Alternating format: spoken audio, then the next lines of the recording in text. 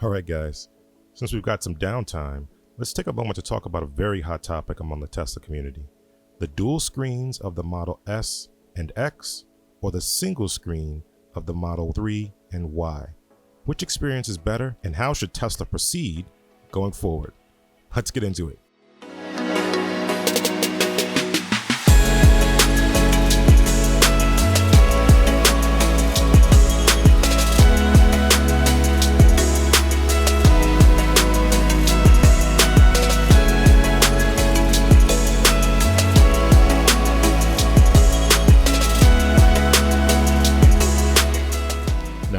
There are lots of owners who think the dual screens of the Model S and X are a superior user experience over the single screen of the Model 3 and Y, and are dreading the future where an updated Model S and X ditch the dual screens in favor of a single screen experience.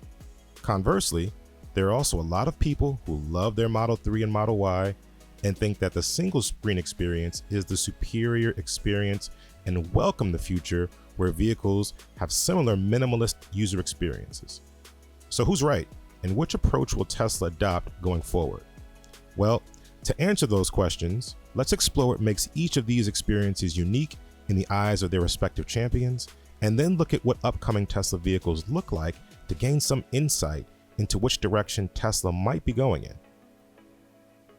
Let's start with the legacy experience of the dual screens of the Model S and X. These dual screens consist of a completely digital instrument cluster combined with a vertically oriented touchscreen.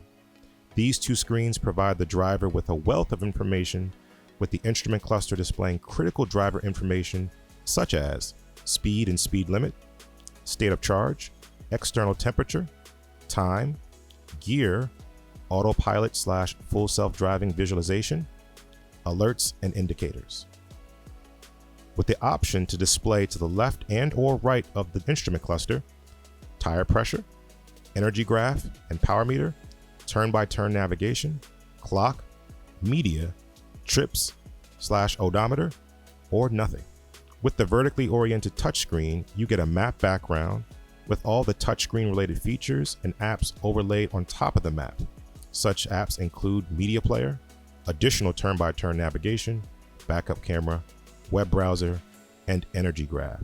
You can even configure multiple apps to be displayed. At the bottom of the screen, you have climate controls and a menu button to access more car-related features and options. Benefits of this layout are: keeps critical driving info in your line of sight, allows for customization of the displays to show what is important to the driver. Great for multitasking by allowing the touchscreen apps to be deployed simultaneously instead of one at a time. Full screen maps means you have plenty of visibility into the immediate and surrounding areas you're in. And redundancy. If the touchscreen goes out, the instrument cluster still provides information, and vice versa. The cons of this layout are that it's not truly minimalist. Maintenance. 2 screens means 2 screens to maintain over time. Vertical touchscreen is not ideal for videos and some video games. Driving visualization is small due to the size of the instrument cluster. Next, let's explore the minimalist experience of the Model 3 and Model Y. This features a singular horizontal display fixed to the right periphery of the driver. This screen has a constant map background with critical driving information fixed to the left 1/3 of the screen. This 1/3 of the screen displays speed and speed limit, state of charge, gear, autopilot/full self-driving visualization, alerts and indicators, quick access buttons for charge menu, backup camera, and voice commands.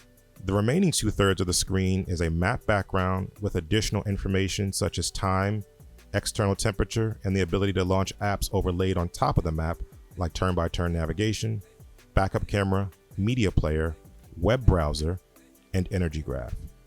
At the bottom of the touchscreen, you have climate controls and a menu button to access more car-related features and options. Benefits of this layout are truly minimalist feeling, leaving the area in front of the driver wide open. Horizontal touchscreen is perfect for watching videos and playing games. Single screen means a single point of failure for maintenance. And large driving visualization. Cons of this layout are too much information, too little space, crams a lot of information into one area, such as turn-by-turn navigation with media on, makes for a crowded UI. Critical driving information to the right periphery of the driver is not ideal for keeping your eyes on the road, however, you do get used to it pretty quickly. Not great for multitasking, as apps need to be used one at a time instead of simultaneously, and features become buried in menus, causing you to go through menu option after menu option to get critical driving functions. All right, so which approach is better? Well, it depends on each owner's personal preference. But as for us, we prefer the dual screens of the Model S and X, as it puts information where you need it, and prior to the advent of Model 3 and version 9 software, the vertical screen was even more versatile, allowing you to run every app simultaneously with split screen or individually in full screen. You could even swap the layout when split screening to determine which app is on top versus which one is on bottom. Not to mention the awesome ability to not show the map if you did not want to. That said, the horizontal screen of the Model 3 and Y does lend itself much better for consuming media such as movies, videos, and games. And if you could utilize the full screen of that horizontal display, it would give you the best of both worlds. So if change is coming, what we'd like to see is a Model S and X keeping the instrument cluster and exchanging the vertical touchscreen for the horizontal touchscreen of the Model 3 and Model Y. This would truly be the best of both worlds and would help create a more premium distinction between the lineups and allow for more possibilities in the future. All right, so now for the big question. Which way will Tesla go in the future? Well, this is also very hard to say at the moment, but just based off of their upcoming lineup, which has a Tesla Semi with 2 horizontal screens, a Cybertruck with 1 horizontal screen, and a Roadster with 1 mini instrument cluster and 1 vertical screen. Let us know in the comments which layout you prefer and would like to see Tesla going in the future. Until the next time, enjoy your day, enjoy your Tesla.